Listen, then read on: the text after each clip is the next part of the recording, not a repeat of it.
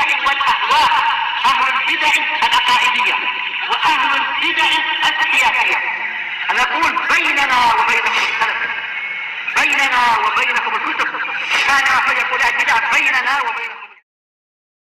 Bismillahirrahmanirrahim. Qala al-Imam An-Nawawi rahimahullah, al-haditsul khamis wa tis'un ba'da sab'imi'ah, 795. Wa anhu, yaitu dari Jabir bin Abdullah radhiyallahu an, Abu Abdullah al-Khazraji al-Madani al-Ansari, anna Rasulullah sallallahu alaihi wasallam qala, bahwasanya Rasulullah SAW mengatakan, inna syaitana yahduru ahadakum inda kulli syai'in min sya'nih. Sesungguhnya syaitan itu menghadiri, menyertai salah seorang dari kalian di semua urusan dari urusan-urusan dia. Hatta yahdurahu inda ta'amih, sehingga dia juga menghadiri kalian atau menghadiri orang tadi tatkala dia makan. Fa idza saqatat luqmatu ahadikum, maka apabila suapan salah seorang dari kalian itu jatuh, fal ya'khudha, maka hendaknya dia mengambilnya. Fal yumit maka nabiha min adza, kemudian hendaknya dia menghilangkan gangguan atau kotoran yang menempel pada makanan atau suapan tadi. Summa liyakulha, kemudian hendaknya dia memakannya. Wala yada'ha lisyaiton, dan janganlah dia membiarkan suapan tadi untuk setan. Fa idza faragha falyal'at asabi'ah, kemudian apabila dia telah selesai dari makannya tadi, hendaknya dia menjilat jari jemarinya itu. Fa innahu la yadri fi ayyi ta'amihil barakah, karena dia tidak tahu pada bagian mana dari makanannya itu yang mengandungi keberkahan. Keberkahan ada di mana? Rawahu Muslim. Thayyib. Hadis ini dan hadis sebelumnya itu diriwayatkan oleh Imam Muslim. Bahkan sebenarnya dengan hadis yang sebelumnya lagi itu dalam satu rangkaian. Semuanya adalah dari jalur Sufyan bin Uyainah, dari Abu Zubair, dari Jabir semuanya. Cuma boleh jadi Jabir terkadang meriwayatkan secara singkat, terkadang meriwayatkan secara panjang. Tidak masalah. Baik. Yang agar faedah lengkap, Imam Nawawi menyebutkan tiga-tiganya di sini. Di sini Rasulullah SAW mengatakan, inna syaiton. Ini pemberitaan dengan taukid. Dengan inna, maka ini perkara yang besar. Sampai-sampai Rasulullah mendatangkan taukid. Tidak boleh diremehkan masalah ini. Ini peringatan. Asyaiton alanya di sini adalah lil jinis, yaitu jenis. Makanya yang setelahnya dengan pola mufrad. Tapi mungkin tidak setannya itu banyak, mungkin saja setan yang datang bukan hanya satu, boleh jadi banyak. Alanya di sini adalah lil jinis, jenis setan. Dijelaskan oleh Al-Iraqi dalam Tarhut Tasrif bahwasanya setan itu ada 3 jenis, yaitu jenis jin, jenis manusia, dan jenis hewan. Semua yang mutamarrid dan ati, yaitu yang sangat membangkang dan sangat jahat, itu dipanggil sebagai setan. Tetapi yang dimaksudkan di sini maksudnya adalah setan dari kalangan jin. Makanya kita tidak mengatakan alnya di sini istighraqiyah, semua setan, tidak. Karena setan manusia tidak ikut kala kita makan istilahnya. Nah, dia makan sendiri di tempat dia. Demikian pula setan dari kalangan hewan-hewan, insya Allah tidak ikut tatkala kita makan. Tapi yang dimaksudkan adalah setan dari jenis jin. Ini yang memang selalu ikut dan hadir. Yahduru ahadakum, menghadiri salah seorang dari kalian. Dijelaskan oleh Al-Munawi rahimahullah dalam Faidul Qadir, ini menunjukkan bahwasanya setan itu memang selalu mulazimun lil insan, selalu menyertai manusia. Tujuannya yaitu untuk membuat dia marah. Ya, terkadang kita mau pegang jatuh, mau pegang pinggan jatuh, mau pegang cawan jatuh, juga kita heran. Macam sudah senang pegang, tahu-tahu kenapa pula jatuh. Untuk buat kita marah. Baik. Atau untuk mengganggu, menimpakan beberapa jenis gangguan atau tipu daya, kata beliau. Entah apa saja tipu daya dia, naudzubillah, memang dia adalah musuh yang sangat jelas permusuhannya, walaupun dianya sendiri tidak nampak. Baik. Lalu untuk apa ini diceritakan oleh Nabi? Dijelaskan oleh Al-Imam Nawawi rahimahullah dalam syarah Sahih Muslim. Ini mimbabit tanbih wal ihtiras, yaitu lil ihtiras, memperingatkan agar kita berjaga-jaga, membuat persiapan-persiapan untuk menahan serangan syaitan dan untuk apa? Selamat dari tipu daya dia. Sementara dia tak nampak, maka tak ada cara kecuali memang kita berzikir pada Allah, mendekat kepada Allah dengan membaca bismillah itu. Thayyib. Inda kulli syai'in min sya'nih, di semua urusan dari urusan-urusan dia. Dijelaskan oleh Al-Munawi dalam Faidul Qadir, boleh jadi tatkala kita sendirian atau tatkala kita sedang bersama-sama teman yang lain. Jadi tidak selalu tatkala sendirian baru ada setan, tatkala kita sama teman baru tak ada setan, tak. Dia berusaha untuk selalu apa? Menimbulkan gangguan atau ingin cari makan. Sebagaimana yang telah kita lewati, Rasulullah dengan sahabat mau makan, tahu-tahu ada badui datang, dibawa oleh setan, digerakkan oleh setan. Tahu-tahu ada anak perempuan kecil datang, digerakkan oleh setan. Memang berusaha untuk mencuri-curi dia. Baik. Hatta yahdurahu inda ta'amih, sehingga bahkan dia itu menghadiri manusia tatkala manusia makan. Nah, di sini ada isyarat bahwasanya setan juga ikut makan. Tidak seperti pendapat sebagian ahli kalam. Setan ini sekedar kekuatan buruk yang ada dalam jiwa manusia. Dia tidak makan dengan makanan-makanan ini. Tayyib. Engkau yang lebih tahu atau Nabi yang lebih tahu? Engkau tidak paham tentang masalah ini. Ini perkara gaib. Nabi mengabarkan kepada kita dengan wahyu dari Allah. Ahli kalam mana tahu yang seperti ini. Baik. Dijelaskan oleh Al-Imam Ibnu Utsaimin rahimahullah dalam syarah Riyadhus Shalihin, ini menunjukkan memang setan selalu hadir untuk mencuri makanan, berusaha mengambil makanan. Kalau kita tidak membaca bismillah, maka dia akan ikut makan. Tetapi kalau kita membaca bismillah, dia menunggu apabila ada suapan yang jatuh. Baik. Berusaha untuk apa? Memang berusaha untuk cari makan dari kita. Sementara dia selalu berbuat jahat pada kita, naudzubillah. Ingda ta'amih, tatkala dia makan. Maksudnya adalah apa? Ingda aklihi lit ta'am, tatkala orang ini hendak memakan makanan. Jadi ingda ta'amih bukan betul-betul makan, bukan betul-betul makanan, tetapi tatkala kita sedang melakukan acara makan. Sebenarnya ada pertanyaan, kenapa dia tidak mencuri saja sebelum kita datang? Kan boleh jadi makanan ada di almari atau makanan ada di meja di bawah tudung saji. Kenapa dia tidak mencuri di situ? Kan senang. Tapi kenapa tatkala kita datang mau makan baru dia ikut makan? Nah, ini perkara gaib dijelaskan oleh Imam Ibnu Utsaimin rahimahullah. Ini bagian dari penjagaan dari Allah Ta'ala, yaitu Allah yang memberikan penjagaan. Selama kita tinggalkan makanan itu tentunya dengan adab-adab dan sebagainya. Memang kita sejak awal menutup pintu juga, masuk pintu rumah juga masuk rumah baca bismillah, menutup pintu membaca bismillah dan semacam itu. Maka insya Allah dijaga. Nah, tatkala kita hendak makan, nah setan mau baru akan ikut makan itu. Nah, kita baca bismillah lagi biar dia tak mampu mencuri. Ini perkara gaib. Jadi memang kadang mengherankan, kenapa menunggu sampai kita mau makan baru dia mencuri? Kenapa tak tadi waktu kita belum datang? Nah, ini Allah yang menjaga. Alhamdulillah, Allah Maha Baik. Kemudian disebutkan di sini, disebutkan oleh Al-Munawi rahimahullah, ingda ta'amih, ini apa itu? Ingda aklihi lit ta'am wa syurbihi lil masyrubat. Tatkala dia memakan makanan, tatkala dia meminum minuman. Jadi ini adalah apa? Lit taghlib, bukan sekedar makan, minum tidak. Makan dan minum. Baik. Faida, ini fa-nya adalah apa? Fa'ut ta'lil. Nanti kita akan melewati ada fa'ut ta'tib. Ini yang sekarang di hadapan kita fa-nya adalah fa'ut ta'lil, yaitu alasan. Maksudnya yang sebelum fa ini sebagai alasan untuk yang setelah fa. Yaitu apabila engkau tahu keadaannya seperti ini, dan ini pemberitaan tentang perkara gaib. Kita tidak melihat tentang setan itu, adanya setan, tapi Nabi memberitahu ada itu, dia sedang menunggu-nunggu itu.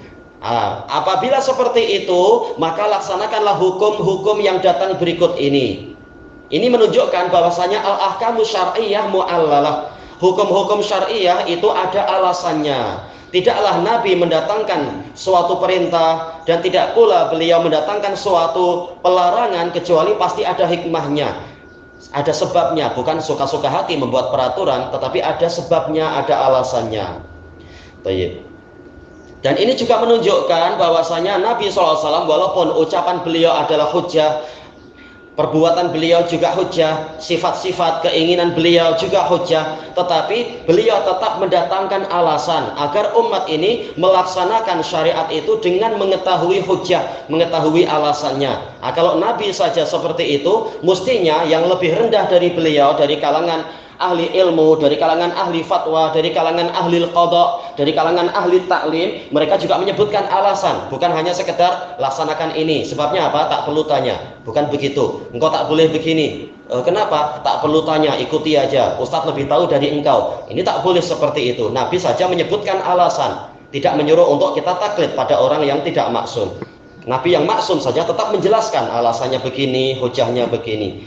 Kenapa yang tidak maksum justru menutup pintu tentang masalah ini? Yang bertanya akan dianggap apa? Tidak beradab, terutama yang mengikuti gaya-gaya sufiah. Tak perlu banyak tanya, ikut ajalah. Syekh itu lebih tahu, syekh tarikat itu lebih paham jalan kepada Allah. Buktikan Anda lebih paham, hujahnya apa? Baik. Kemudian disebutkan di sini faida. Ida di sini adalah apa? Ismu syartin ghairu jazin. Sementara di dalam pembahasan usul fikih, sighatus syarat itu laha mafhumul mukhalafah, dan juga apa? Menunjukkan tikrar. Setiap kali ada peristiwa begini, maka lakukanlah perbuatan yang itu. Idza saqatat ay waqa'at jatuh luqmatu ahadikum, ini idhafah ya tadullu alal umum. Suapan apapun seperti yang telah kita lewati itu, apapun dari jenis manapun, yang penting dia adalah makanan yang halal yang jatuh dari tangan kita. Luqmatu ahadikum falyakhudha, maka hendaknya dia mengambilnya, dan ini adalah wajib sebagaimana penjelasan sebagian pensyarah. Tidak ada dalil yang memalingkan itu menjadi sekedar mustahab atau adab-adab semata, adab yang tidak wajib. Maka wajib untuk mengambilnya. Kenapa? Nanti akan dijelaskan wala yada'ha lisyaitan. Jangan dia membiarkan itu untuk syaitan. Baik. Fal yumito. Nah, fa-nya di sini adalah apa? Yaitu fa'ut ta'qib. Nah, setelah mengambilnya lalu apa? Bukan masukkan ke tempat sampah, tapi hendaknya dia menghilangkan. Yumit yaitu apa? Yumhi au yuzil, menghilangkan. Maka nabiha min adza, gangguan yang ada padanya. Kata Imam Nawawi, boleh jadi gubar atau turab, tanah atau debu, au qadza, mungkin ada ya kotoran-kotoran yang lain yang menempel. Baik.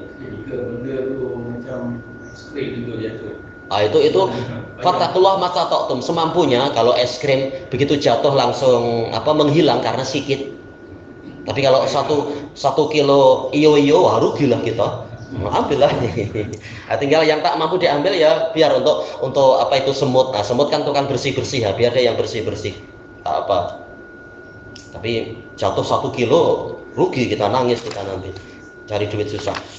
Nah, ambil apa yang mungkin diambil. Atau es krim apa yang lain-lain itu, Cadbury kah apa. Sayang kalau terbuang. Bahkan es krim Malaysia jangan disia-siakan. Banyak orang yang susah payah dulu waktu apa istilahnya ya, karena memang ada masa-masa itu kan membela kaum muslimin waktu ada pemberontakan RMS itu, perlatihannya di tempat yang sangat panas dan air pun susah. Air dimasak sangat panas. Nah, begitu ada penjual ais lewat, nah, sudah diserbu.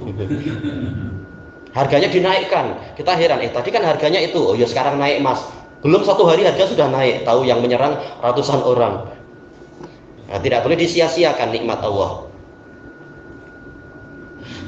Kemudian apa? Summa liyakulha, lamnya lamul amr. Disebutkan oleh Al-Munawi ini mustahab. Kenapa tadi perintah sekarang mustahab? Yaitu apa? Maksudnya adalah litakhyir.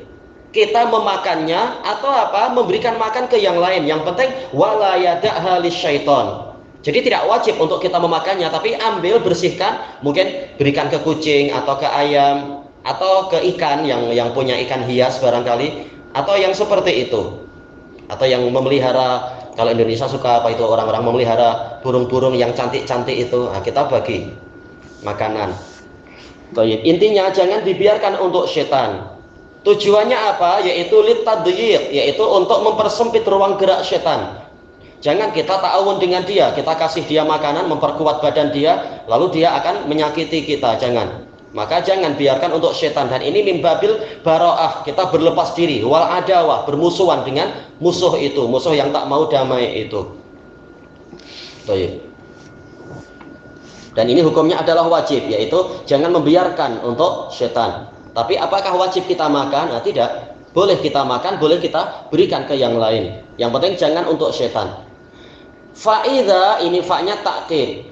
Kemudian idza faragha, apabila dia selesai, maksudnya al-Munawi, kata Munawi apa? Faragha min aklihi lit-ta'am au syurbihi lisyurb. Selesai dari makan atau selesai dari minum, tentunya sesuai dengan keadaan. Lihat, falyal'at asabi'ah, hendaknya dia menjilat jari jemarinya.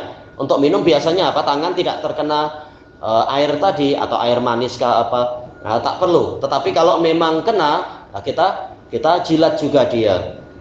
Fa'innahu, ini adalah fa'ut ta'lil. Kenapa diperintahkan demikian? Alasannya fa'innahu, fa dengan inna, ini dua-duanya adalah harfu at-ta'lil. Sebagaimana dijelaskan oleh Waliyuddin al-Iraqi di dalam kitab beliau, apa itu, kitab usul fikih beliau yang 3 jilid itu, Hamul Hawami, kitab yang bagus sekali. Ana dulu punya tapi ya tak terbawa pulang, tapi sudah ana nukil banyak sekali, alhamdulillah.